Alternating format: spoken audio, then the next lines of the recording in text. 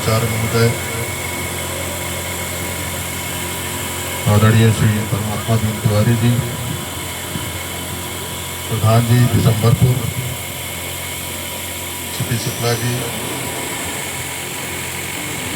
समस्त विद्यालय परिवार के अध्यापकगण, प्यारे बच्चों, पत्रकार बंधु, आज बड़े हर्षोल्लास से पूरे देश में, पूरे दुनिया में बाबा साहब की जयंती हम लोग मना रहे हैं। बच्चों का कार्यक्रम बहुत ही अच्छा था, मैं तो बहुत ध्यान से देख रहा था कि बच्चों को कितना ज्ञान है, कितना बोध है हमारे संविधान के बारे में। और ये संविधान ही है जो इतने बड़े लोकतंत्र, विश्व के सबसे बड़े लोकतंत्र के रूप में भारत है, सबसे बड़ी आबादी है, कई राज्य हैं, कई भाषाएं, लेकिन एक सूत्र में पिरोता है, तो ये संविधान हमको एक सूत्र में पिरोता है। हमारा मौलिक अधिकार, हमारा जो कर्तव्य है, जो सामाजिक दायित्व है, कैसा होना चाहिए। और विश्व में सबसे बेहतरीन अगर कहीं का संविधान है तो वो हमारे भारत का संविधान है। तो संविधान शिल्पी हमारे डॉक्टर साहब ने हमको दिया है। आप देखिए, विश्व में कई देश ऐसे हैं जहाँ पे तख्ता पलट हो जाता है, वहां की जनता आक्रोशित हो जाती है सरकार के विरुद्ध।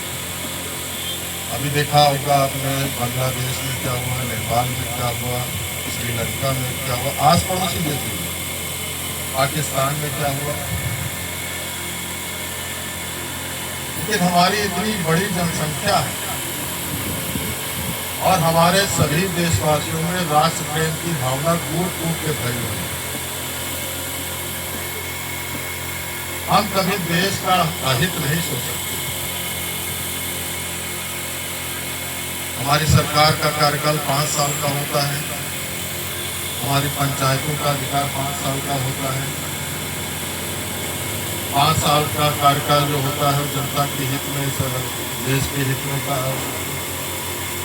किया गया कार्य जो होता है, 5 साल के बाद जनता उस इम्तिहान में, जनता की अदालत में हम सभी को जाना पड़ता है और जनता उस पर अपना निर्णय सुनाती है।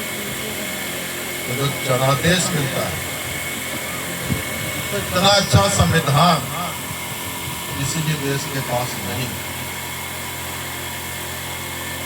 आज हम सभी लोग बाबा साहब को याद कर रहे हैं और हमारी जो सरकार है भारतीय जनता पार्टी की, आदरणीय मोदी जी की सरकार है, आदरणीय मोदी जी की सरकार है, तो पहली सरकार है जो संविधान के आधार पर चल रही है और बगैर समाज के सभी वर्गों को एक साथ लेके हमारी सरकार ने बाबा साहब के ये जो बाबा साहब जो बच्ची बता रही थी कि बाबा साहब के देश में पढ़े, जन्म हुआ, उसके बाद बहुत ही अभाव में उन्होंने शिक्षा ग्रहण की। तो हमारी सरकार ने 5 तीर्थ बनाए। बाबा साहब को भारत रत्न हमारी सरकार ने दिया, उनको सम्मान था हमारी सरकार ने दिया। और मैं इस विद्यालय की बात करूं तो जब मैं विधायक बना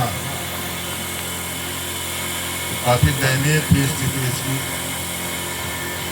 मैं जब यहाँ पे आया देखने विद्यालय, तो यहाँ बरसात में विद्यालय बंद हो जाता था। काफी अच्छी व्यवस्था थी, विद्यालय जो बना था बहुत अच्छा